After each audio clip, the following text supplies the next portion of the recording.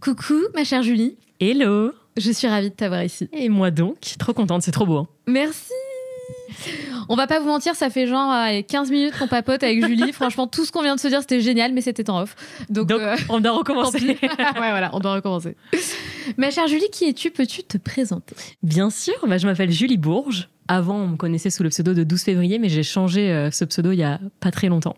C'était un gros step pour moi. 12 février, c'était la date de mon accident. Donc moi, j'ai été brûlée sur 40% du corps au 3e degré quand j'avais 16 ans. Et je me suis reconstruite sous ce pseudonyme à travers les réseaux sociaux.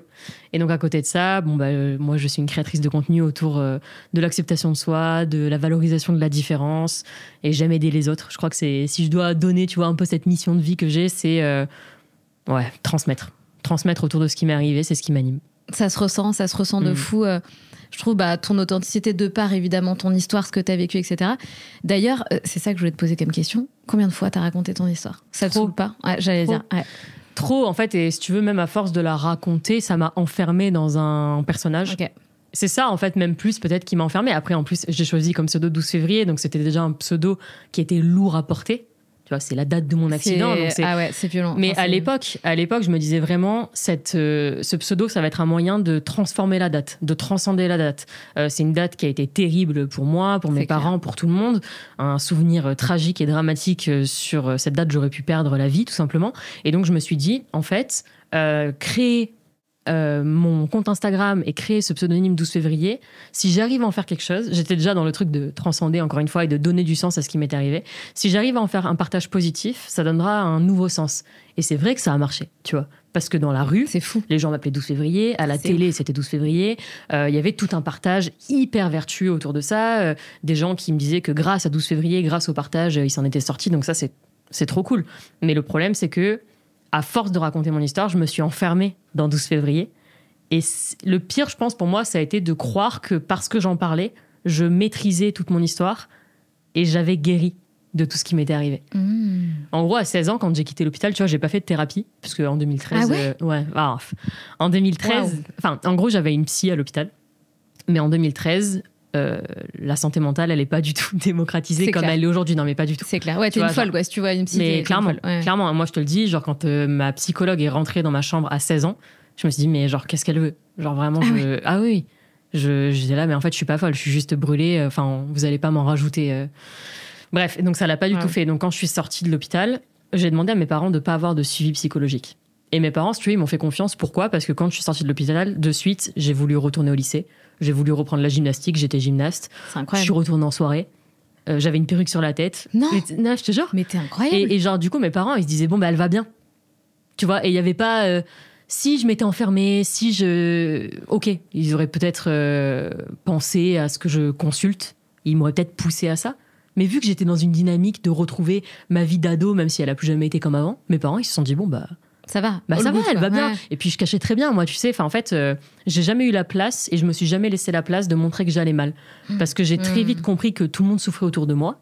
Donc je me suis dit, non, mais attends, c'est bon, on va pas faire un drame. Moi, je savais la souffrance que j'avais en moi, mais en fait, j'ai souri jusqu'aux oreilles. J'étais toujours la pitre de la famille. C'est ouf. Et par ce truc de 12 février, tu vois, j'ai toujours... En fait, je me suis jamais arrêtée. Si tu veux, ça fait 12 ans que j'ai eu mon accident.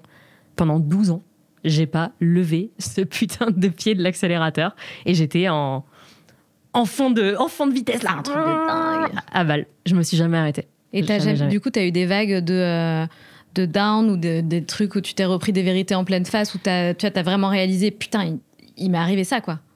Non. Ah ouais? Non. En fait, pendant 12 ans... C'est incroyable. C'est ouf. En fait, pendant 12 ans, le fait que, tu vois, il y ait des personnes comme toi qui m'invitaient à parler de mon histoire à la base, moi, je me disais, je transcende ce qui m'est arrivé. Donc, je vais bien. J'accepte ce qui m'est arrivé. Je comprenais des fois que ça a réveillé des choses en moi. Tu vois, quand je parlais du coma, il y avait des sujets beaucoup plus compliqués que d'autres. Il y a des sujets où il y a des présentateurs, ils arrivaient à m'avoir. S'ils parlaient de mes frères, c'était mort, tu vois. Et donc, je sentais qu'il y avait des choses en moi qui étaient encore enfouies, que j'avais pas encore sorties. Mais je me disais, avec le temps, à force d'en parler, ça va aller. Mais en fait, ça, c'est une illusion. Le fait d'en parler, ne veut pas dire que tu as travaillé réellement ou que tu as guéri réellement de tout ce qui s'est passé. Tu vois ? Donc, je pense que j'ai eu des signaux d'alerte que j'ai pas écoutés pendant 12 ans. J'avais des signaux d'alerte, tu vois, j'étais très attachée à mes statistiques parce que je me suis reconstruite sur les réseaux sociaux. Donc, quand les statistiques, elles descendaient, en fait, je me disais, waouh, et je m'appelais 12 février. Donc, quand les statistiques descendaient, je me disais, waouh, mon histoire n'intéresse plus les gens. Donc, vu que j'étais mon histoire, je n'intéresse plus les gens. Ah, purée. Ouais. Donc, je sentais qu'il y avait un engrenage qui était un peu bizarre. Ma relation avec les réseaux, elle était hyper saine parce que j'ai une communauté qui est hyper bienveillante. Mais en même temps, je me disais, ouais, non, il y a un engrenage qui est pas bon là. En fait. Et t'en as pas eu marre, justement? Tu vois, avant de te recevoir ici, je me suis posé justement cette question. Je me suis dit, qu'est-ce que Julie a envie de nous partager? Vraiment, parce que moi, c'est hyper important pour moi. En fait, je veux pas que... En fait, je me suis mis dans ta peau et je me suis dit, en fait, Julie, elle a dû être beaucoup contactée par des médias, etc., pour raconter ce qui t'est arrivé exprès, parce que tu vas employer des termes qui font waouh, qui font ah mon Dieu, qui font machin. Et je me suis dit, ça fait 150 000 fois qu'elle raconte la même chose. Peut-être qu'elle en a marre de raconter cette histoire-là, et peut-être qu'elle a autre chose à nous raconter, tu vois. Ouais, carrément. Et ce que je me suis posé cette question-là. Je me suis dit, comment tu vas prendre le truc, Sandra, et comment je vais jouer le truc. Et j'ai vraiment envie que tu nous racontes aujourd'hui, tu vois, peut-être autre chose, parce que justement, tu as raconté 20 000 fois ton histoire, et juste que tu n'es pas que ce qui t'est arrivé le 12 février, t'es tellement plus que ça. Ouais, bien sûr. Mais ça a été le step de changer de pseudo là, en février, d'ailleurs le 12 février, du coup je l'ai fait. Et j'ai changé, j'ai remis Julie Bourges, et ça a été un gros step pour moi de dire, en fait c'était vraiment un pied de nez à tout ce qui s'est passé, et de dire voilà, je ne suis plus la date de mon accident, en fait. Je ne suis plus que mon histoire. Je suis beaucoup plus que ça. Et genre... on se calme. Non, mais on se calme. tu me disais tout à l'heure justement que tu avais fait une crise entière. Juste pour expliquer aux filles qui nous écoutent, je racontais à Julie mon burn-out, mes symptômes un peu terrifiants, bref, que je pensais que j'allais mourir, pathologie physique, machin. Et Julie, du coup, me disait que tu avais vécu des trucs un petit peu similaires, pas tout à fait similaires en termes de symptômes, mais... En soi, c'est un petit peu la même chose, tu vois, c'est ce qui découle d'un burn-out. Moi, je viens de te dire, j'ai pas levé le pied pendant 12 ans. Est-ce qu'on peut appeler ça un burn-out ? Je pense que oui, tu vois, c'est juste beaucoup de choses qui se sont accumulées. Et ça a découlé, pareil, sur de l'anxiété généralisée. Et cette anxiété, elle me faisait me dire, mais je suis qui ? En fait, je suis qui ? Au-delà de mon histoire, vu que j'ai toujours partagé, on me recevait sur des plateaux, on me demandait de raconter ce qui m'était arrivé, rien d'autre. Rien d'autre. C'était voilà, Julie Bourges, grande brûlée. Qu'est-ce qui s'est passé le 12 février 2013 ? Et je te les ressors, les interviews, elles y sont. Elles y sont. Et comment vous avez transcendé ça ? Voilà. Et en fait, on me demandait jamais plus que ça, mais en même temps, je ne partageais pas plus que ça. Tu vois, je montrais pas que j'étais plus que ça. Donc, ça a été dur, en fait. Ça a été dur, et je pense que quand j'ai eu cette crise identitaire, là, c'était... qu'est-ce qui reste de moi si on enlève l'accident, quoi ? Qu'est-ce qui reste de Julie, et quelle est la femme qui se cache derrière, en fait, ces cicatrices et qui demande... un peu à sortir, quoi. Et je pense que, tu vois, il y a une... Moi, je dirais que 12 février, un peu, ça a été ma carapace, ça a été ma survie, ça a été tout ce truc que j'ai créé autour de moi pour me protéger. Donc, les sourires jusqu'aux oreilles, ne pas écouter toutes mes émotions et garder le pied à fond sur l'accélérateur. Et on peut appeler ça l'ego, tu vois, c'est ce qui m'a vraiment maintenue. Et à côté de ça, il y avait Julie Bourges, et c'était mon âme, en fait, qui demandait aussi à être vulnérable, à aller chercher en elle un vrai travail de guérison et à reprendre point par point les choses que j'avais jamais traitées, quoi. Et il y a pas longtemps, je parlais à mon thérapeute parce que du coup, j'ai commencé une thérapie. C'est bien, évidemment. bravo. Tu sais, pour la première fois de ma vie, j'ai compris. C'est très bizarre. Quand j'ai eu mon accident, je me suis dit, guerrière, je vais m'en sortir seule. Besoin de personne, pas besoin de psy. Ouf, par contre, hein. Ouais, genre besoin de personne. Je vais m'en sortir, c'est bon. Et en fait, ce jour-là, c'est mon mental qui s'est activé et qui a dit, bam, esprit de compétition, on avance, on va tout droit, il n'y a pas de souci, t'inquiète pas, on va déplacer les montagnes. Là, pour la première fois de ma vie, avec cette anxiété-là, je me disais, je ne peux pas m'en sortir seule. Et moi, je pense que mon mental, il s'est mis en off. Il m'a dit, moi, je n'en peux plus. Ça fait 12 ans que je gère, meuf. Je n'en peux plus. Je suis claquée, donc là, quoi. en fait, tu vas prendre le relais, tu te démerdes comme tu veux, mais moi, j'arrête. Et mon mental s'est arrêté. Et en fait, mon mental m'a toujours géré, m'a toujours maintenu. Moi, mes parents, ils me disaient, mais t'as une force mentale, même en télé, tu vois, enfin, sur des interviews, ils me disaient, mais la force de la guerrière. De dingue. Tu vois, machin. Et moi, en plus, ça me valorisait. Je me sentais fière de me dire, ouais, j'ai transcendé ce qui m'arrivait, trop bien. Mais j'étais jeune aussi, tu vois. Mais bon, normal. Mais ça te sauce, tu vois. Bien sûr. Pas, quand tu fais un salut les terriens, que t'as 20 ans, il y a Ardisson, Baffy, Dave, De Chavannes. C'est un truc de dingue. Le combo. Bon, bref. Et tout le monde est en mode waouh. Et que Ardisson se met à pleurer à la fin. Ah non! Je te jure. Et que Bafi vient me voir en mode, je l'ai jamais vu pleurer comme ça. Je suis là. Mais attends, tu te rends compte que quand même ton histoire, elle fait, et ta capacité résiliente, ce que je croyais être la résilience à ce moment-là, elle fait résonner quand même des choses chez des personnes à la base qui montrent pas grand-chose. Donc moi, ça m'a valorisé tout ça. Et voilà, et pour la première fois de ma vie, là, je me suis dit non, tu vas pas le faire seule là en fait. Et donc j'ai commencé un suivi. Et t'as commencé quand? J'ai commencé en septembre 2024. Okay. Du coup. Mais tu sais quoi? Ça a commencé à vriller fin juillet. Je me suis laissée toute seule, à essayer de gérer seule. En septembre, j'étais chez le thérapeute. J'ai dit, en fait, si je ne vois pas quelqu'un, là, je vais exploser. Ouais. En plus, moi, j'ai un mental qui est hyper analytique. Je m'auto-analyse tout le temps. Je suis insupportable. Si on peut parler de signe astro, je suis scorpion, scorpion signe lunaire, je suis horrible. Ça veut dire que je suis en suranalyse constante de ce que je pense, de ce que je fais. Ah, wow. J'essaie de trouver des points. Wow, ça doit t'épuiser, ça aussi. Et dans une période d'anxiété, mais l'enfer du truc, tu vois. Et donc j'ai dit non, là, je vais pas le faire seule. Et j'en parlais justement il y a pas longtemps, donc avec mon thérapeute, on a fait cet énorme chemin de transition vers 12 février à Julie Bourges, en prenant par la main cet enfant qui a pas pu et qui a pas eu la place de d'exprimer sa douleur et lui laisser exprimer cette douleur. Mais ça m'a mené dans des cheminements qui étaient ouf. Et je lui disais il y a pas longtemps, mais est-ce que en vrai, on est tous capables de guérir? Parce que ce que ça te coûte un chemin de guérison, ce que ça te coûte d'entamer une guérison, je trouve que ça peut être violent des fois. On est dans une société, je trouve, dis-moi ce que t'en penses, sur les réseaux, tout le monde te donne des conseils pour la guérison. Tout le monde te dit, non mais attends, tu vas guérir, ça va être génial, 3 conseils hyper rapides pour guérir en une semaine. Of course. Non mais tu sais, on est dans cette génération où on veut tout, on veut tout analyser, on veut tout comprendre, dev perso, introspection, spiritualité. Moi, je trouve ça trop cool. Mais moi, ce que ça m'a coûté de vouloir guérir, c'est un délire. C'est un délire. Et ça m'a tellement coûté énergétiquement, émotionnellement, que j'ai posé cette question du coup à mon thérapeute et il m'a dit, tu sais quoi, je veux te dire un truc. Il m'a dit, en vrai, on est tous capables de guérir, on est tous capables de faire ça, mais on est incapable de le faire sans accompagnement. Et je suis tellement d'accord avec ça. Ah mais 100% d'accord. En fait... 100% d'accord. Genre aujourd'hui, il faut vraiment valoriser le fait qu'être suivi, ça devrait être normal. Mais bien sûr, mais ça l'est de plus en plus. Ouais. Enfin, moi, carrément, c'est mon thérapeute, c'est mon psy qui m'a sorti de l'enfer dans lequel j'étais. Tu vois, moi, je prône les thérapies, mais comme jamais. De ouf. Et la guérison, en fait, j'ai envie de te dire, qu'est-ce qui fait le plus mal? De se laisser tomber tout au fond du trou et de mettre après des mois, voire des années à remonter. Et ça te coûte plus, ça peut même te coûter une vie entière parce que tu peux être en dépression toute ta vie. Et je trouve que l'effort que ça demande la thérapie, les choses par lesquelles tu vas passer, les tiroirs que ça va ouvrir, etc., bien sûr que ça va te faire mal et ça. Mais putain, derrière... Par contre, il faut accepter que ça prend du temps. Tu vois, les gens, ils comprennent pas. Ouais, j'y vais 2 mois, après c'est bon, j'ai fait 3 séances, elle peut plus m'aider.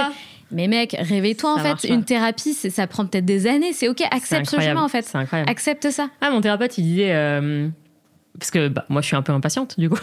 Et je disais, comme beaucoup. Quand, tu vois, ça fait donc depuis septembre que je le voyais. Donc, je lui disais, mais tu vois, ça, j'y arrive pas encore. Et il me voyait, genre en mode, je serrais les dents et tout. Il m'a dit, bon, Julie, allez, on se calme. On se voit depuis quand?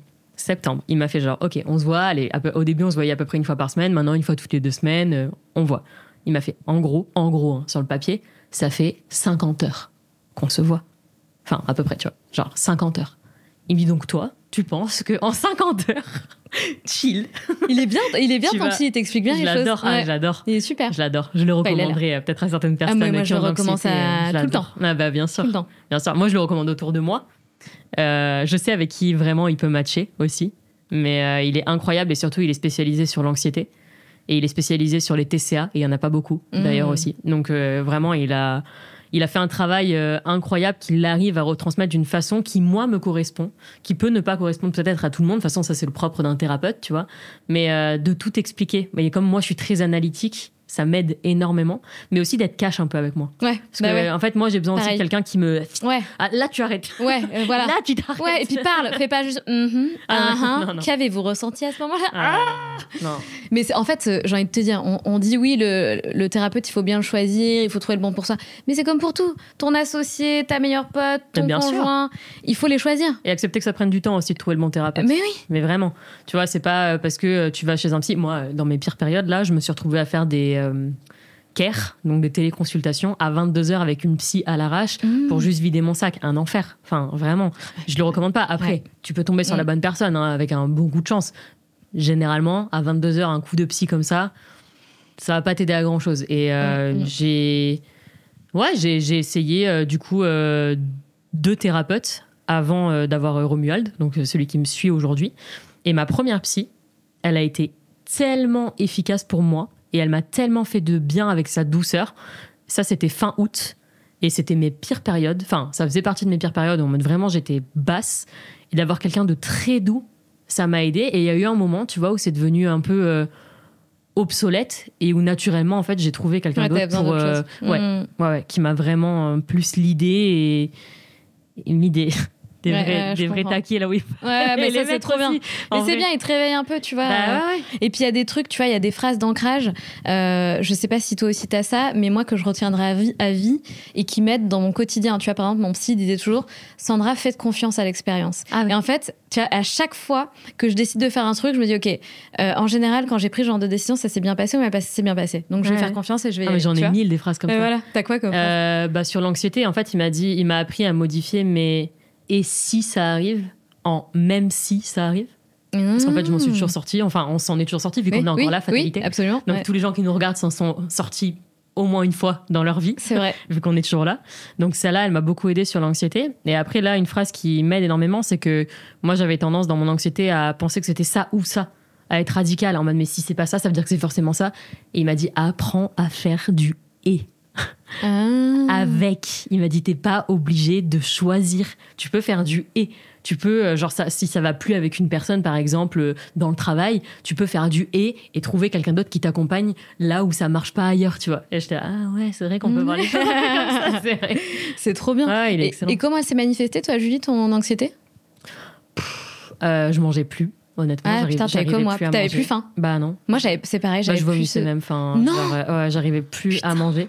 En fait, ça me retournait tellement dans le qui je suis que, en fait, tout s'est vraiment mis off. Donc, j'arrivais plus à manger. Donc, dès que je mangeais quelque chose, je vomissais.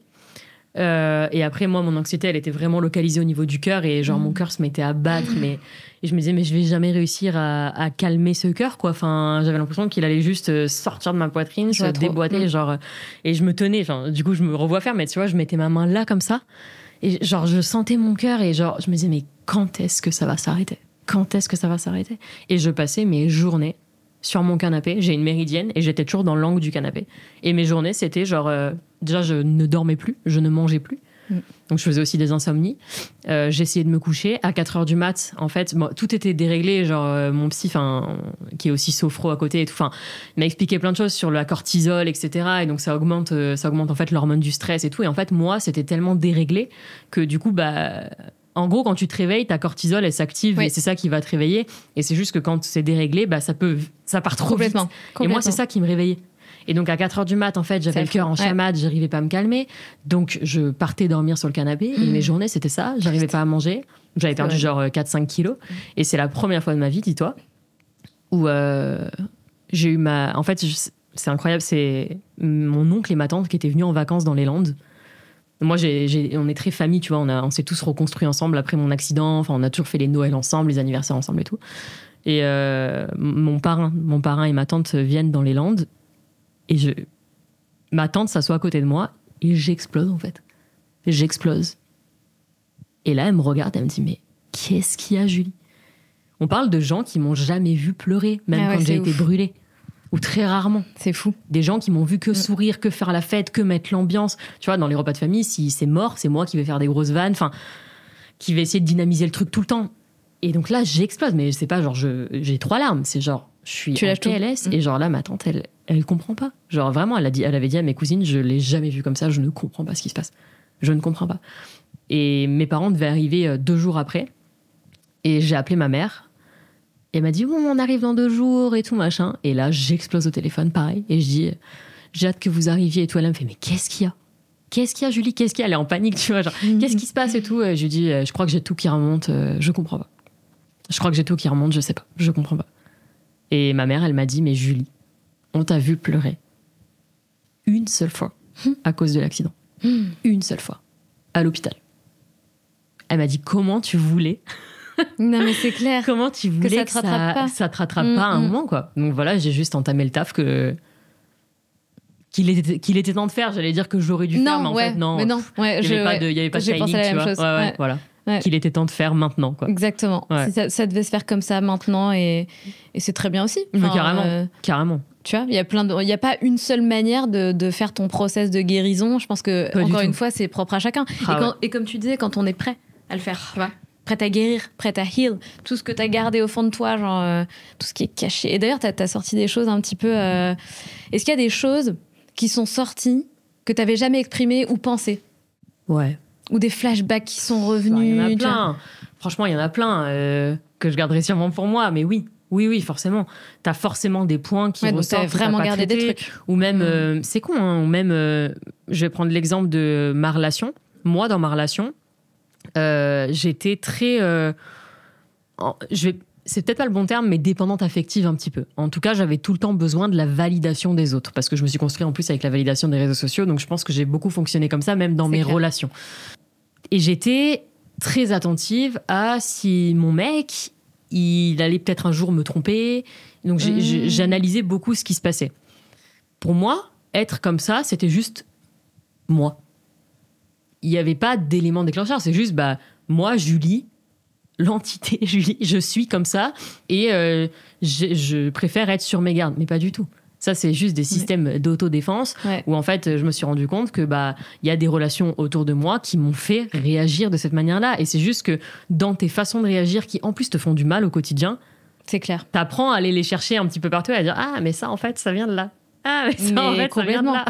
Ouais, puis tu penses. Toi, t'as trouvé des trucs enfouis comme ça? Mais oui, j'allais dire, tu penses que tu vas jamais pouvoir sortir de ce système-là et tu te dis, je suis comme ça. Et tu sais que c'est un putain de défaut. Enfin, moi, je sais que quand j'étais jeune, j'étais jalouse, tarée.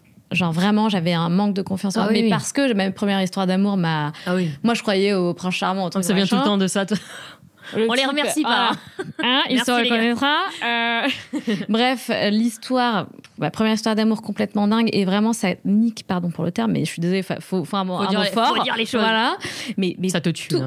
Vraiment, mais toutes les croyances que j'avais en l'amour, parce que quand on est petite, on regarde des dessins animés pourris là, on te fait croire que tout est beau, tout est machin. Non, là, la réalité x12 et mauvaise pioche, tombe sur un type, c'était pas vraiment la bonne pioche quoi. Bref, et derrière. Un scandale. Derrière, une catastrophe. Tu reproduis effectivement catastrophe. Tout ça. D'ailleurs, c'est trop marrant que tu parles des Disney il y a pas longtemps. Je crois que c'était sur ma dernière séance, la semaine dernière. J'en parlais avec mon psy et je lui disais, mais en fait, moi, tu comprends pas. Quand je fais des crises d'angoisse, tout me met le doute. Et moi, j'ai besoin d'être sûre. Je veux être sûre dans la vie parce que, en fait, j'ai toujours tout contrôlé avec 12 février et tout. Donc, j'ai besoin d'être sûre. Je dis, par exemple, avec mon mec, on va se marier et tout. Moi, j'ai besoin d'être sûre que ce soit pour toujours. Tu vois, il me dit, mais ça vient d'où cette croyance et tout? Je dis, je sais pas, tu vois, on nous dit, voilà. Il me dit, attends, tu vas me parler des Disney? Il me dit, les Disney, c'est juste, ils vécurent heureux et eurent beaucoup d'enfants. C'est vrai. À aucun moment, on te dit que c'est pour toujours. Et j'étais là. J'étais là. Enfin bon, dans leur formulation, dans leur formulation, croire que. C'est vrai quand même, c'est vrai qu'ils le disent pas vraiment. C'est pas pour toujours.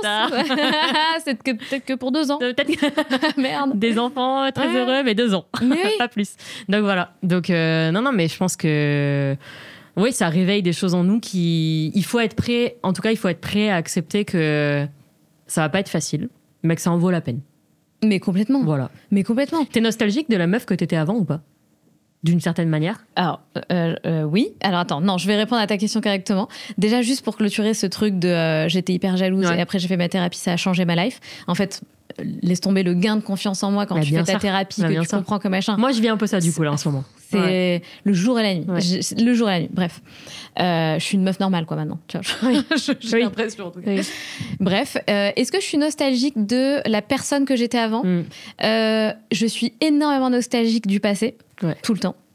De la personne que j'étais avant, non, parce que quand j'étais petite, on me surnommait peur de tout. Enfin, moi, je frôlais les murs, j'étais une introvertie de fou. Pas forcément. Marrant de faire ce taf maintenant. Oui, improbable. Mais parce qu'au fond de moi, je pense que j'étais comme ça. Mais après, t'as des traumas de vie qui font que. Mais donc, pas forcément, non. Non, j'adore la femme que je suis aujourd'hui. C'est très bizarre de dire ça. Mais non, mais je te dis ça parce que, tu vois, dans mes thérapies, là, je disais... c'était pas plus facile d'être comme j'étais avant, d'être dépendante affective, d'être plus jalouse et tout. Mais en tout cas, je me posais moins de questions puisque j'étais persuadée que c'était moi d'être comme ça. Ah, tu vois. ouais. Et donc j'étais dans un espèce d'automatisme qui me donnait l'illusion que de toute façon c'était facile, mais en vrai j'en souffrais de comment j'étais. Et tu vois, c'est marrant qu'on parle de ça parce que moi aussi j'étais assez jalouse, j'étais regardante, etc. Mais moi je suis restée avec le même mec. Enfin, tu sais, il n'y a pas eu de transition. C'est où d'ailleurs? Combien de temps ça fait là? Là, ça fait 6 ans qu'on est ensemble. Ah ouais, je pensais que c'était vachement, enfin que ça fait vachement plus longtemps. Non? Merci, ça me fait plaisir. Mais oui, j'ai l'impression que vous êtes en couple depuis toujours. Ouais, moi aussi.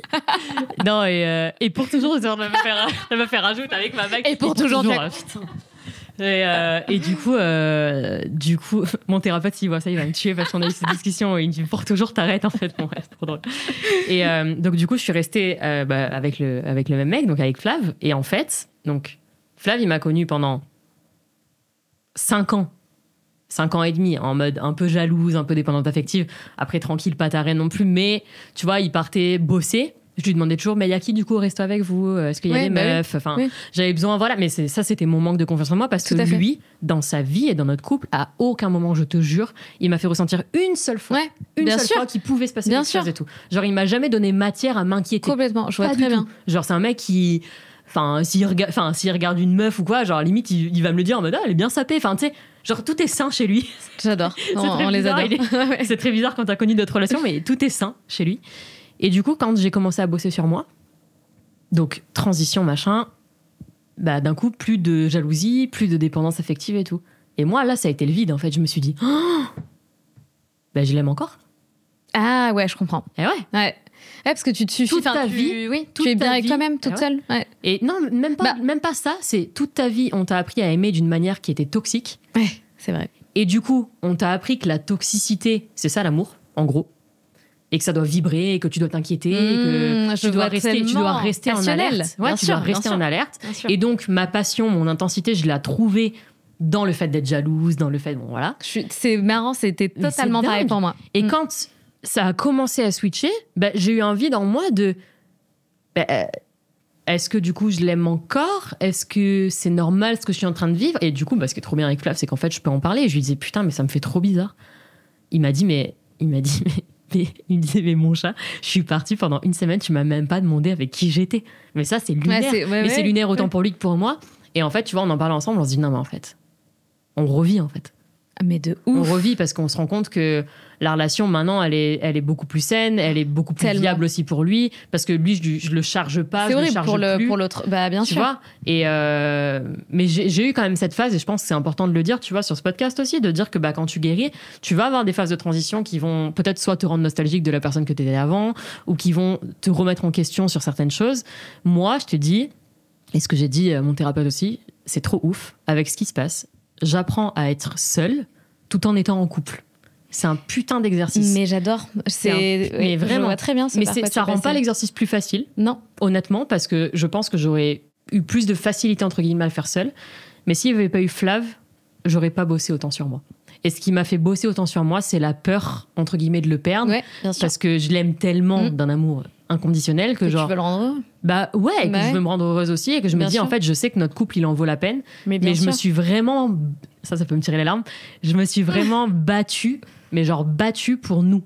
Pour nous deux. Vraiment. Je me reconnais bien dans ce parcours-là. Voilà. Je me reconnais bien. Mais ouais, donc c'est marrant ce que tu disais aussi de me poser la question aussi de si j'aimais encore de la même manière, parce que en fait, j'apprenais à m'aimer seule. C'est la première fois de ma vie où je me dis, bah là, si je suis seule, c'est pas grave. Ben putain, genre, mais il peut me quitter, peut me quitter, c'est pas grave. Enfin, c'est pas grave. Non, je serais en PLS, mais... Non, mais bien sûr, mais c'est pas genre... Enfin, je pense que toi, du coup, c'est un peu comme ça que tu vivais tes ruptures, mais moi, c'était la fin du monde. Je perdais 4 kilos, je ne mangeais plus, je faisais tout, quitte à ne plus avoir aucune estime de moi-même pour récupérer la personne. Même, je savais même plus si c'était de l'amour ou... mais ça, c'est dingue. Ah, mais bien sûr. Ce que je faisais, moi, j'avais tellement peur d'être quittée, que c'est moi qui quittais. Ah ouais? Genre, tu sentais que ça pouvait se passer, du coup... Alors, je te quitte avant. Non, c'est pas ça. Non, pas ça. J'avais tellement peur d'être quittée, j'avais tellement peur qu'on me trompe, j'avais tellement peur qu'on se joue de moi, parce que j'ai eu des expériences dans ma vie qui m'ont amené à penser tout ça. Je sais pas, c'est fatalité, c'est toujours moi qui ai quitté avant que l'autre... Enfin, c'est dingue, quoi. Comment tu mets en place des automatismes pour pas que ça t'arrive? Mais tu vois, pour rebondir sur ce que tu viens de dire, sur le fait que c'est génial de te retrouver en tant que personne... de reprendre confiance en toi, de t'aimer tel que tu es pour tes défauts et tes qualités. Tu vois, pas que pour la meuf géniale, ah oui, c'est super ce que tu fais. Non, pour aussi tes qualités, tes défauts, tes trucs. Et en fait, de te dire, ok, je suis avec quelqu'un, nous sommes deux entités, nous sommes deux êtres humains, on a des passions différentes et en même temps, on se retrouve ensemble et on vit des moments super forts et tu peux enfin te concentrer sur l'essentiel, tu vois. Et sur toi aussi. Et sur toi, bien sûr. Moi, je vivais tout à travers lui. Hein. Ah putain, c'est dur ça. En même temps, non, parce que tu vois, j'ai toujours été indépendante dans mon taf. Donc moi, j'ai ma société, je fais mes allers-retours, mes interviews, etc. Donc j'ai toujours eu mon indépendance, mais en vrai, j'ai toujours eu besoin de sa validation pour tout. Toujours besoin d'être sûr que ça le dérangeait pas, d'être sûr que ça c'était ok.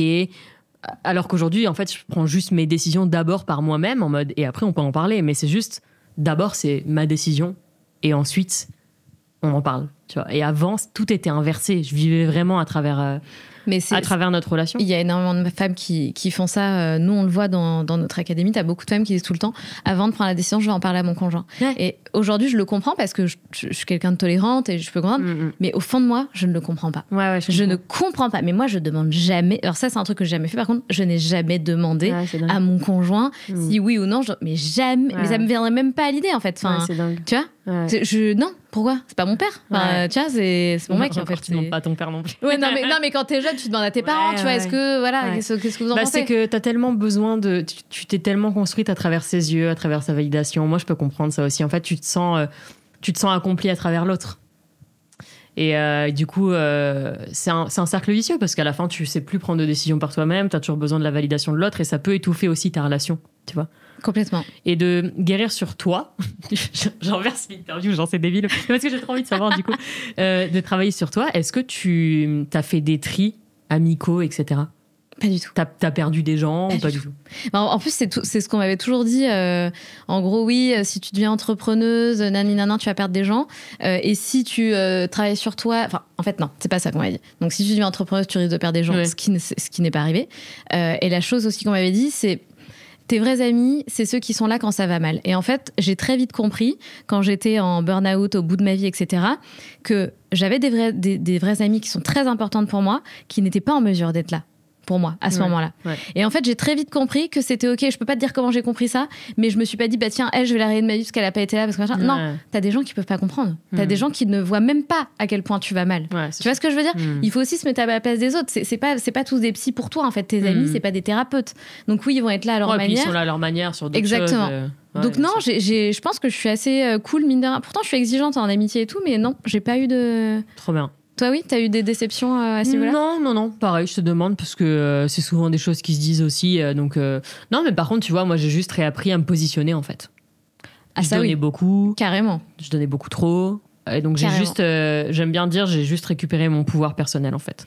J'avais mis trop de... mon mec, par exemple, il avait beaucoup trop de mon énergie, tu vois. Enfin, je donnais tout. Donc voilà, des potes, elles avaient trop de mon énergie. En fait, j'ai juste dit, bon, alors, attends, on se détend 2 secondes. Je récupère ceux qui m'appartiennent. Ça a pris du temps. C'était pas du jour au lendemain. Non. Ça a pris genre 6 mois. Mais en 6 mois, j'ai dit, tu vas reprendre tes décisions par toi-même. D'abord, avant de demander. Ok. Ça, c'est un truc qui te plaît pas. Tu vas pas le faire. Hop. Là, t'as pas envie de sortir. En fait, tu vas pas te justifier. Tu dis juste non. Ok. Et ça, c'est des trucs que j'ai récupérés petit à petit. Parce que moi, j'étais un peu une people pleaser. Quand même. Pas parce que toujours, encore une fois, sous le regard des gens, me construire comme ça. Donc, il y a un entre-deux. En fait, je me construis sous le regard des gens. Donc, le regard des gens, pour moi, est important. Le regard de mes amis est important. Et en même temps, comme je te disais, ma mission de vie, c'est d'aider les gens. Donc, il faut trouver un juste équilibre entre tout ça, entre ce que tu veux donner pour les aider et te préserver toi en même temps aussi. Donc, bref, j'ai essayé de trouver cet équilibre. Et donc, j'ai récupéré petit à petit ça. Donc, je dirais que juste, ça a rééquilibré mes relations. Et du coup, forcément, des relations qui étaient déséquilibrées de base, elles ne pouvaient pas être rééquilibrées à la suite d'un chemin de guérison, quoi. Complètement. Voilà. C'est bien. T'as fait un super beau cheminement. Écoute. Et si on revient du coup sur... Ça fait combien de temps maintenant que tu es à ton compte et que tu as ton activité? J'ai ouvert mon auto-entreprise en 2017. Enfin, ça va faire 10 ans, quoi. Mais what? Ok. Ouais. J'avais genre 19 ans. Ah ouais, c'est dingo. Ouais, j'avais 19 ans. Cette expression est naze. C'est dingo. C'est dingo, bien, ouais. c'est Non, dingo. je ne sais pas. Peut-être qu'on peut le remettre au bout du jour. C'est dingo. Ah, c'est dingo. Ouais, peut-être qu'on peut relancer le délire. Bref. C'est dingue. Donc, ça fait 10 ans que tu as une expérience entrepreneuriale. Ouais. J'aimerais bien en savoir un petit peu plus à ce niveau-là, du coup. Comment ça s'est passé? Quelles ont été un petit peu les étapes de ton évolution entrepreneuriale? Comment tu as géré justement peut-être ce flot de nouvelles opportunités, de machin? Comment tu as trié? Toi qui étais très people pleaser, comment tu as géré ça? Dans ton couple, du coup, tu l'as rencontré quand tu étais en pleine ascension. Ouais. Tu vois, comment ça s'est fait? J'aimerais bien avoir cet aspect plutôt de l'autre casquette de Julie, de ta vision un peu entrepreneuse. Bah, tu vois, en gros, j'ai eu mon bac, je suis partie en fac de sport. Fac de sport, j'ai vécu une discrimination physique à cause de mon accident et tout. Bon, bref. Je te passe les détails, mais du coup, j'ai quitté la fac de sport. Du coup, après ça, je suis partie en saison à Isola 2000, en station de ski. Que je connais très bien. Ouais, c'est vers chez nous. Ouais, tu m'étonnes. Et du coup, j'ai fait ça pendant 4 ans, à peu près. J'ai bossé tous les hivers trop bien. En station de ski et tout, et c'était trop cool. Et en parallèle de tout ça, j'ai ouvert mon compte Instagram en 2015. Début 2016, ça a commencé à prendre. Mais au début, j'étais en mode il faut que je garde quand même mon activité de saisonnière parce que c'est ce qui m'assurait de l'argent et c'est ce que je kiffais faire. Et donc Instagram, c'était un à côté. Et en plus, en 2016, on ne vivait pas. Non, absolument pas. Pas du tout d'Instagram. Et comment ça s'est fait? En fait, tout est allé très très vite avec ce compte Instagram. Genre, je l'ai ouvert en début 2016, fin 2015, début 2016. En 2017, donc un an après, je faisais 7 à 8 à la télé. Et genre 7 à 8 à l'époque, enfin genre 2017, le portrait du dimanche soir où tout le monde est devant sa télé. Pour te dire, j'étais passée de 30 000 abonnés à 90 000. Ah ouais, d'accord. En one shot. Comme ça. Voilà. Et ça, genre, ça a été des puissances ça. De frappe, en fait, qui ont commencé à me faire réaliser que il y avait des choses à faire en fait sur les réseaux sociaux et que c'était pas ça a jamais été un jeu pour moi, mais que c'était pas qu'un journal intime ou qu'une plateforme de décharge parce que je déchargeais ma voix là-bas. Et l'objectif c'était de transmettre ce qui t'était arrivé et de raconter ton histoire. Enfin, au début, c'est un appel à l'aide. Ok. Au début, c'est les gens me regardent tellement dans la rue sur la Côte d'Azur, c'est tellement compliqué. Surtout les personnes âgées de la Côte d'Azur, tu vois un peu le mood.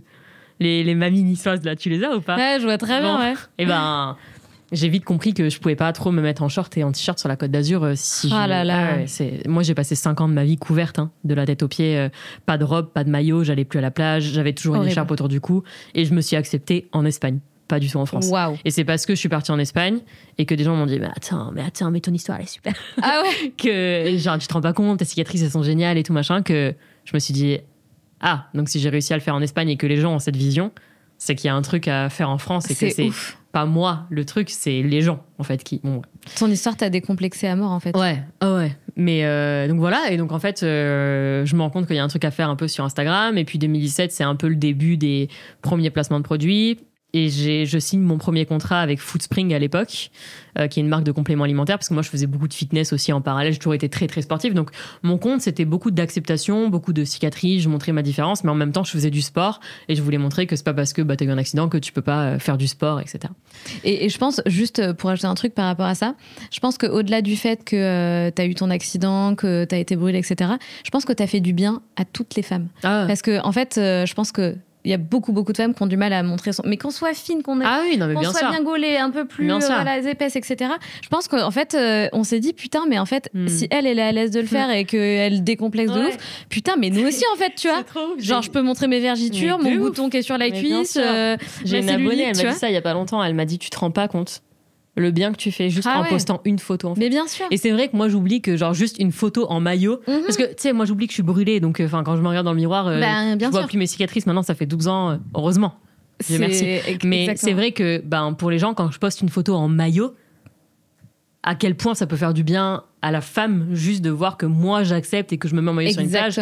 Évidemment. Et puis moi je sais que à quel point ça m'aurait fait du bien en 2013 de voir des nanas comme ça. Clair. Ça n'existait pas, c'était pas du tout représenté. Donc effectivement. Et donc bref, tout ça pour dire que je partage tout ça, c'est un appel à l'aide, mais ça prend. Et puis il y a mes premiers placements de produits. Et je jongle toujours entre mon job de saisonnière et les réseaux sociaux. Foodspring me font une offre de contrat et avec cette offre de contrat, je gagne plus que ma maman qui travaille à mi-temps. Ça, c'est dingue. Ouais. Ah oui. Ouais. Par mois. Et là, en fait, mes parents, moi j'avais 18 ans, mes parents, ils avaient encore accès à mon compte bancaire. Enfin, comme ça, si j'étais dans le rouge, papa remettait un peu des outils en mode allez, bon, ça va et tout. Et là, bah, je me dis, ok, moi, ce qui est le plus important pour moi, enfin, ma famille, c'est trop important. C'est grâce à eux que je suis encore là et que je suis encore en vie aujourd'hui. Donc, l'argent, il y a de suite eu un truc en moi de ça pue. Ça pue de ouf. Donc j'ai dit à mon père, papa, genre je veux que voilà, je te coupe les accès et tout. Mon père, mais pourquoi et tout. Et je lui explique. Je lui ai dit, bah là, on vient de me proposer un contrat où je rentre plus d'argent que maman qui bosse à mi-temps. Et j'ai toujours vu mes parents mais s'arracher le cul au taf, tu vois. Genre vraiment, je viens pas d'une... Ça peut donner l'illusion des fois quand je partage la maison de mes parents et tout. J'avais vu un tweet un jour comme ça m'avait tellement gonflé en mode ah oui, ok, genre elle est brûlée, mais bon, elle est dans sa grande piscine à Nice, machin. Alors, juste, on rétablit l'ordre des choses parce que les gens sont très regardants. Je vais juste expliquer un truc, genre, je viens d'une famille qui est quand même pas si modeste que ça. Et la maison de mes parents, elle a été faite à 100% par mon grand-père qui est maçon et croate. Voilà. Et ma grand-mère était femme de ménage, donc on se détend. Voilà, on se détend. Et genre, moi, j'ai toujours vu, du coup, mes parents s'arracher le cul. On a toujours grandi dans une maison qui était un peu en travaux, par-ci, par-là. J'ai toujours vu mon grand-père travailler dans la maison et tout. Donc, j'ai eu un rapport aussi avec l'argent un peu spécifique où je me suis dit, mais ça, je veux pas que ça tue ma famille du tout. Et donc, j'en ai parlé à mon père. Et il m'a dit, mais moi, je suis trop content pour toi. Enfin, pas du tout, au contraire. T'imagines, c'est grâce à ton... Enfin, t'es en train de faire des trucs de ouf au-delà de ton accident. T'es en train d'en vivre. Nous, on est trop contents et tout. J'étais là, ouais, non, mais je préfère tout couper. Vous saurez que je gagne bien ma vie. Vous le saurez quand à Noël, je vais vous gâter. Quand à vos amis, je vais vous faire kiffer. Quand je vais vous offrir des vacances en Corse dans des villas de tarés parce que je l'ai déjà fait. Mais genre, j'ai toujours eu cette notion de je préserve, en fait. Je préserve et tout. Et en parallèle de ça, j'étais saisonnière. Mes potes et les gens du bureau, tout ça, de la station, ils voyaient en fait les colis arriver, ils voyaient... Et en fait, ça a commencé à générer un peu de jalousie. Et donc, je peux dire, hein, clairement, c'était un peu du harcèlement moral que j'avais au taf par mes patrons. En plus que des mecs, évidemment, t'es en station de ski. Hein. Qu'est-ce qu'ils sont relous. Ils sont tellement relous. Quoi. Et en fait, dès que tout le monde avait son tel dans les mains, enfin, je veux dire, t'es là, t'es sur ton téléski, genre, y a personne, t'as ton tel dans les mains. Et en fait, genre, à chaque fois qu'ils passaient, genre, elle a encore son tel dans les mains. En fait, ils me fliquaient la mort parce qu'en fait, ça les rendait ouf. Bref, et j'ai fini par quitter Isola en disant, en fait, un jour, vous me verrez à la télé et un jour, vous aurez mon livre dans les mains. Et je suis partie. J'ai dit ciao, bye. Donc voilà. T'as vraiment sorti cette punchline ? Ouais. J'adore. Bien sûr, je l'ai dit. J'ai dit, en fait, c'était trop et tout le monde le savait. Et j'ai dit, mais en fait, moi, je vais continuer, j'ai d'autres ambitions. Et genre, juste, je vous le dis, un jour, vous verrez ce que je ferai. Ça va pas louper, donc je suis très contente de ça. Mais tu sais que ce genre de truc, ça donne la niaque. Hein. Ah ouais. Oui, mais ça m'a motivée de ouf. Bien et sûr. puis ça marchait déjà en parallèle, tu sais, je voyais déjà que c'était en train de prendre et je me suis dit voilà. Et donc voilà, ma petite auto-entreprise qui a tourné pendant 3 ans avec des salaires que j'aurais jamais pu imaginer, quoi. Enfin, pour moi, c'était lunaire. Et en même temps, il y avait toujours un truc de oui, mais... C'est une de mes meilleures potes qui me dit ça, qui me dit en fait c'est marrant avec toi, il y a un peu ce truc de oui mais j'ai dû prendre feu et j'ai dû être brûlée pour avoir tout ce que j'ai aujourd'hui. Et du coup je pense que... Tu le penses comme ça ? Tu le penses vraiment ? Elle le visualise comme ça, okay. Et je pense que dans le fond il y a un truc de pas tort, parce que c'est vrai que j'ai un rapport avec l'argent qui est assez sain. Et je pense que d'avoir eu cet accident et d'avoir cette entreprise qui s'est créée autour de ce qui m'est arrivé à la base, ça me permet de... on se calme, genre... Okay. On garde bien les pieds sur terre, tu vois. Et est-ce que tu veux dire aussi que ça te permet de te sentir méritante en termes d'abondance financière ? Ouais, de ouf. Ouais, c'est ouf. Bah ouais, carrément. Je vois trop ce truc-là. Carrément. Et puis, tu sais, quand j'ai eu mon accident, c'était un costume de mouton que j'avais fait à la main. Ouais. Il n'y avait pas d'assurance. Enfin, j'ai touché 0 € pour mon accident. Là où tu as des personnes brûlées sur des accidents, je sais pas, de moto, une moto qui prend feu, etc. Tu peux porter plainte, par exemple, contre le fabricant du moteur. Tu touches des millions d'euros. Enfin, et c'est vrai que, du coup, moi, j'ai touché 0 € par rapport à cet accident. Et donc, aujourd'hui, de gagner ma vie autour de ce qui m'est arrivé et de ce que j'en ai fait, c'est quand même taré. Je me dis, c'est la plus belle revanche que je pouvais avoir. Et en même temps, j'ai toujours eu cette notion de, tous les contrats que tu acceptes, il faut pas qu'ils viennent dévaloriser ton histoire. Et ça a été dur parce que 2019, 2020, Covid, 2021... époque à balle des réseaux sociaux, des partenariats. En fait, c'est très dur aussi quand on te propose de l'abondance, de dire non, Parce que c'est hyper dur, c'est très dur. Bah oui, mais tu dois prendre des décisions effectivement pour ta vision, pour ton image, pour te respecter toi. Mais ça a été très tôt, tu vois. Ça a été très tôt et donc j'ai dû prendre ces décisions très tôt, mais j'ai toujours été fidèle à moi-même. J'ai jamais regretté un partenariat que j'ai pu faire. J'ai refusé des contrats qu'on m'a proposés à 10 000 euros à l'époque parce que ça correspondait pas, parce que c'était, je peux le dire, c'était peut-être le chiffre, on s'en fout. C'était Coca-Cola qui me proposait 10K pour aller ramasser des déchets sur la plage pour la Fondation des mers. J'étais là, mais pas du tout. Vous êtes les pollueurs numéro 1 mondial, ça va pas le faire. Ça va pas marcher. Mais qui refuse 10 000 euros? Vraiment, qui refuse 10 000 euros? C'est énorme. Mais c'est trop bien que t'aies énorme. Mais je voulais rester fidèle à mes valeurs et tout. Clair. Et des fois, j'avais des personnes qui étaient pas forcément d'accord avec moi. Genre même des fois dans mon agence, tu vois, qui disaient, mais attends, mais quand même, tu vois, il y a un bail. Je suis là, pas du tout. Il y a zéro bail. C'est pas moi. Genre non. Enfin, je vais pas bosser avec Coca-Cola pour aller ramasser des déchets. Tu vois, tu vas bosser avec Coca-Cola pour être invité à un concert. À la limite, tu fais pas. Enfin. Ouais. Mais là, c'est trop encore, gros. C'est pas. Mais là, c'est trop gros. Enfin, c'est trop gros. C'est complètement du full greenwashing. Ça marche pas. Ça marche pas du tout, quoi. Donc voilà. Donc. Est-ce que tu t'es déjà dit, Julie, question chelou, mais est-ce que si tu pouvais vraiment revenir en arrière et reconstruire, est-ce que tu voudrais revivre la même chose? C'est très bizarre comme question. Non, c'est pas du tout bizarre. Je le dis. Ah ouais? Ouais, Même moi, je suis gênée de te la poser. Non, pas du tout. C'est quelque chose. J'aurais pu le dire de moi-même. Donc la question me dérange pas du tout. Oui, clairement oui. Je ferais tout pareil. Ce que je disais à mon psy il y a pas longtemps, c'est peut-être que j'aurais fait un petit suivi psy à 16 ans. Ça m'aurait évité une grosse. J'aurais gagné du temps.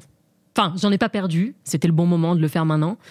Mais là, si je pouvais revenir en arrière à 16 ans dans mon lit d'hôpital, je me conseillerais de faire ce petit suivi thérapeutique. Bien sûr.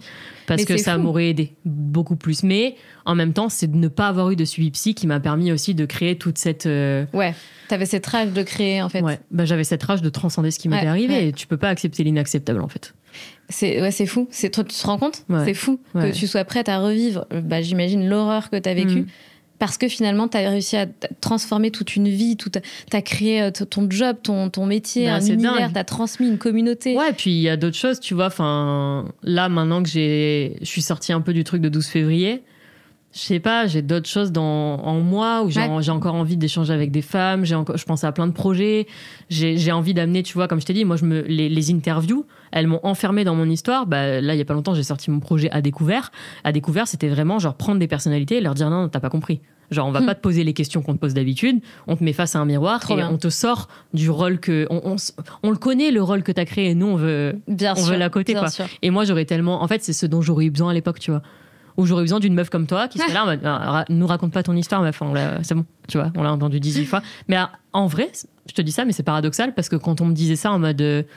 raconte-moi autre chose que ton histoire. À l'époque, je savais pas quoi raconter. Je savais pas quoi raconter. Bah ouais, mais normal, tu vivais aussi beaucoup... J'étais mon histoire. À travers ça, carrément. Donc voilà. Carrément. Mais t'as tellement plus de choses à faire. Et c'est pour ça que plus de choses à faire, plus de choses à dire. Et c'est pour ça que c'est intéressant de savoir ce qu'il y a derrière et tout ce que tu crées. Ouais. Parce que tu crées du contenu, mais tu fais aussi d'autres choses. Puis j'imagine que t'as aussi envie de faire plein d'autres choses. Ouais. Je sais pas où tu en es en ce moment. Je me cherche encore un peu, je pense. J'ai envie d'humain, j'ai envie de contact physique là plus. Peut-être créer des rencontres, je sais pas. Tu vois, on y revient, on y revient de plus en plus. Hein. Mais je pense que c'est nécessaire même. Et puis je sais pas, j'ai un peu envie de rendre aux gens qui m'ont suivi et qui me suivent depuis des années, genre tout ce qu'ils m'ont donné. Donc je me dis, est-ce que je peux pas créer quelque chose où je peux leur rendre ça en réel en fait et qu'on partage vraiment quelque chose. Je pense que des gens qui attendent de me rencontrer et de passer un moment avec moi, il y en a plein et c'est vrai que à travers les réseaux, T'as pas cette même transmission, en fait, tu vois. Et je pense que j'ai envie de revenir un petit peu à ça. Et moi, ce qui m'anime de ouf, là, en ce moment, c'est la télé. Je crois que j'ai envie de partir un peu en télé, quoi. Hey ouais. Netflix Can you hear us? Je sais pas, j'ai envie de... En fait, c'est les réseaux, j'ai fait beaucoup de choses et je sais que ça restera toujours là. Mais j'ai envie que mes réseaux, ça soit un à côté. Là, j'ai envie de créer d'autres choses, soit d'avoir mon émission à la télé. Toujours pareil, on est dans les gens, un peu comme elle fait Faustine, tu vois. Bien sûr, ça commence aujourd'hui, on adore Faustine. Donc voilà, essayer de... Puis la télé, c'est un autre média, c'est une autre mission, c'est pas la même audience. Ouais. C'est mystique un peu aussi. Ouais, c'est trop mystique. Ouais. Et puis c'est aller réveiller des consciences qui sont pas encore réveillées, c'est marrant. Ouais, tu vois, moi je vois mes parents regarder la télé. quand ils consomment la télé et quand ils consomment les réseaux, c'est deux choses vraiment différentes. Oui, c'est vrai. Et les messages que tu passes sur les réseaux sont pas forcément les... Enfin, tu peux évidemment les passer à la télé, mais il y a tout ce côté mystique Mais et tout carrément. ce côté... Et puis, est-ce que ça serait pas le moment de relancer la télé qui est en train de se perdre? Enfin, aujourd'hui, les audiences, c'est très senior, etc. Est-ce qu'on ferait pas justement un drop de passer des jeunes créateurs à la télé, justement, pour relancer la télé? Je pense que c'est ce qui va se passer. Ça serait bien. Moi, je crois... Moi aussi, je veux faire de la télé. Ouais, on va tous faire de la télé. Non, je crois que c'est ce qui va arriver. Tu crois? Perso, ouais. Ça Moi, je pense qu'à un moment, les deux mondes vont se... Ça commence déjà, tu vois. Genre, je prends Justine Jujuficat. Elle est sur M6, elle fait les deuxièmes parties et tout. Moi, je pense qu'on va arriver un petit peu à tendre, en fait, à mélanger un peu les deux mondes. Pendant très longtemps, la télé, elle était très fermée à recevoir des créateurs de contenu, comme le cinéma, d'ailleurs. Le cinéma, tu vois, c'était très fermé. Genre, c'est pas parce que t'es créateur de contenu et que tu fais 2-3 vannes sur les réseaux sociaux que ça y est, tu peux être acteur. Mais en fait, si. Mais de ouf. En fait, mais t'en as qui sont bien meilleurs même que des acteurs qui ont fait des écoles. Désolée de vous le dire, mais oui, c'est vrai. D'ailleurs, ça te tenterait, toi, de jouer dans un film ou même de créer ton propre court-métrage? Bah, je sais pas si... je ne me prétends pas avoir des talents d'actrice. Tu vois, c'est jamais quelque chose qu'on m'a dit... mais je suis pas fermée. Enfin, tu vois, genre si demain on me propose un cast pour jouer, je ne sais, enfin une fille brûlée par exemple dans un film ou autre, en fait, là tu vois, encore une fois, je me suis identifiée au truc. Normal, mais en fait, bah oui, parce que en vrai c'est pas un truc auquel tu penses. Bah oui. Mais en vrai, ce qui serait dingue, mais ça on n'y est pas encore, c'est juste de jouer le rôle d'une meuf normale. Grave, tu vois. Grave. Mais bon, je pense que dans le ciné encore, tu viens chercher une meuf qui est différente, c'est pour qu'elle joue le rôle d'une meuf différente. Évidemment. Mais un jour, on arrivera, j'espère, à une inclusion totale de. En fait, t'es brûlé, mais on s'en balèque et tu vas juste jouer cette meuf, quoi. Et en vrai, j'ai envie de dire, encore une fois, c'est à nous de créer ces opportunités. Mais c'est pour ça, c'est pour ça. Et par contre, réel, ça peut être trop cool. Moi, du coup, mon mec, il est photographe et vidéaste. Moi, il y a tout l'aspect réseau et tout. On est deux gros créas. Et peut-être qu'un jour, on en arrivera à ça, tu sais, genre juste de créer des choses et de mettre en place un peu la vision qu'on a. On bosse toujours main dans la main, tu vois. Avec Flav, ça fait 6 ans qu'on est ensemble, mais 6 ans qu'on bosse ensemble aussi, tu vois. Donc ça, c'est pas facile d'ailleurs. Tu sais que je reçois quand même beaucoup de nanas qui bossent avec leur mec. C'est hallucinant. Et moi, c'est un espèce de fantasme. On a essayé de bosser un peu ensemble, mais je pense que c'était pas forcément le bon moment ni au bon endroit. Ouais. Mais je trouve ça canon, quoi. Tellement de nanas qui bossent avec leur mec. Ça demande de la communication. Ouais. La chance qu'on a avec Flav, je pense, c'est qu'on a beaucoup la même vision artistique. Parce que si t'as deux visions artistiques qui commencent à partir dans les deux sens, c'est dur, mais en même temps, tu peux toujours retrouver le même ADN. Mais ça se fait, honnêtement, ça se fait. Mais tu vois, avec Flav, on a toujours fait le choix que... Donc Flav, il est en auto-entreprise, moi j'ai ma société aujourd'hui. Mais on a toujours fait le choix que Flav garde son auto-entreprise pour bosser à côté sur d'autres projets et qui m'aident de temps en temps. On n'est pas à 100% ensemble. Ouais. Et je crois que c'était important aussi pour qu'il garde conserve... ses clients, son truc à lui. Qu'il garde même sa propre vision artistique et tout. Parce qu'à un moment, tu vois, moi je sais pas, par exemple, je suis ambassadrice de La Roche-Posay. À un moment, shooter des crèmes et tout, bon, ça va 3 secondes, mais c'est pas ce qui va développer son œil et sa capacité artistique, quoi. Ouais, bien sûr. Mais c'est bien qu'il garde son truc à lui. Ouais, je trouve aussi. Mais moi, je trouve ça fabuleux, tu vois, qu'aujourd'hui, il y a des nanas qui offrent un job à leur mec. Enfin, c'est binaire. Il y a 10 ans, what the fuck, tu vois. Genre, c'est clair. Mais non, à la limite, c'était la nana. Ça existé, ça serait intéressant de les choper. Mais franchement, allez, je dirais que t'as, je sais pas, peut-être 30% des nanas que je reçois. C'est le cas. Enfin, c'est hallucinant. Et alors qu'avant, c'était plutôt la nana, la femme qui devenait assistante de son mari, tu vois, le dirlo. La secrétaire. Voilà, la secrétaire, oui, elle gère l'admin. Ouais, enfin. Les temps ont bien changé. Et bien franchement, c'est canon. Donc, Julie, t'as un petit mot en face de toi. Donc, c'est l'invitée précédente qui t'a peut-être posé une question. Je ne sais pas, nous allons le découvrir ensemble. Est-ce que tu peux le lire et y répondre? De quoi es-tu le plus fier? Pas est-ce que tu es fier? Non, de quoi? Love. De quoi je suis le plus fière? Honnêtement,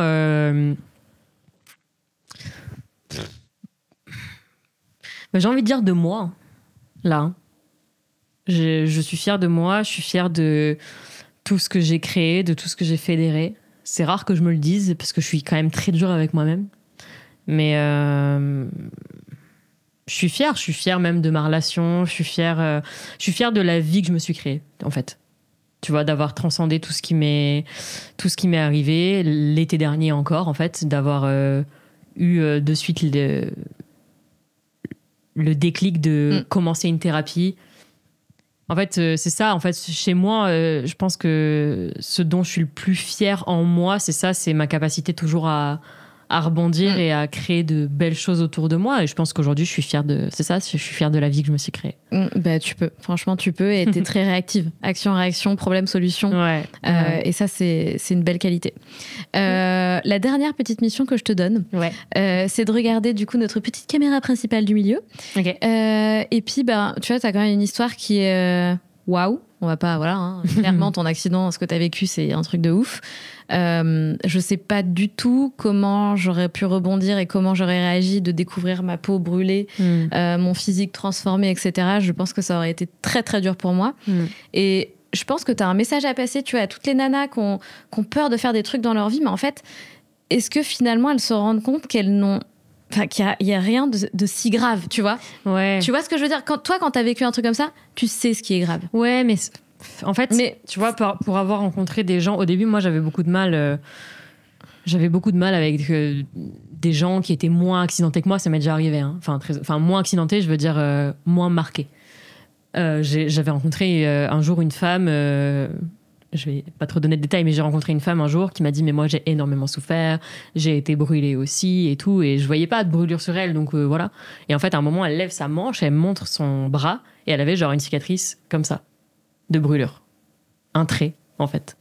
Et là moi je me suis regardée, et j'étais jeune en plus, j'avais genre 21 ans je crois, et je me regarde, je fais et là en fait c'est dur parce que tu vois que la personne en face de toi elle est dévastée par cette trace. Et tu sais pas ce qu'elle représente, cette trace chez elle, sur son corps, comment ça s'est passé, etc. Mais moi, je savais ce que ça réveillait en moi. J'étais là en mode, mais t'abuses, meuf. Ouais. Et en fait, je la voyais tellement dévastée que c'est la première fois de ma vie où j'ai appris qu'il n'y a pas d'échelle à un combat. Il n'y a pas d'échelle à une histoire. Il n'y a pas d'échelle à ce que tu n'aimes pas sur ton corps.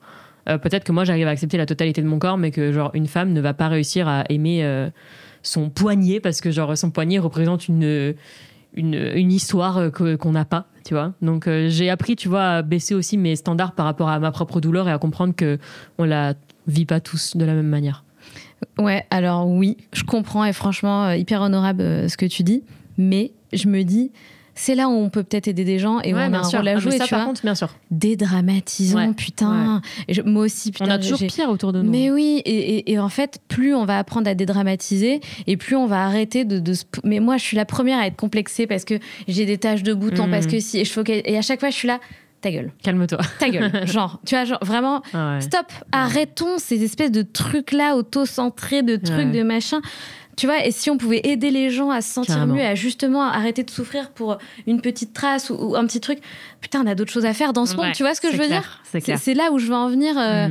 Et toutes ces nanas, enfin, tu vois, moi, mes auditrices, c'est beaucoup de femmes qui ont envie d'oser, de rêver, de rêver grand, et qu'on arrête de les freiner et de leur dire de juste rester dans leur job, et c'est comme ça, et arrête d'être utopique, Mais si, en fait. Mais sois utopique. Ouais. Sois tellement utopique. C'est ça. En fait, c'est ça, c'est franchir ces barrières, quoi. Exactement. Franchir ces barrières et surtout, t'arrêtes pas à ce que les gens disent. Moi, c'est ça que je dirais, tu vois. C'est t'arrêtes pas à ce que les gens disent. Moi, j'ai tellement de gens qui m'ont dit... J'ai eu des gens même qui m'ont dit que j'avais la bonne brûlure parce que j'avais pas été brûlée au niveau du visage et donc c'était plus facile pour moi.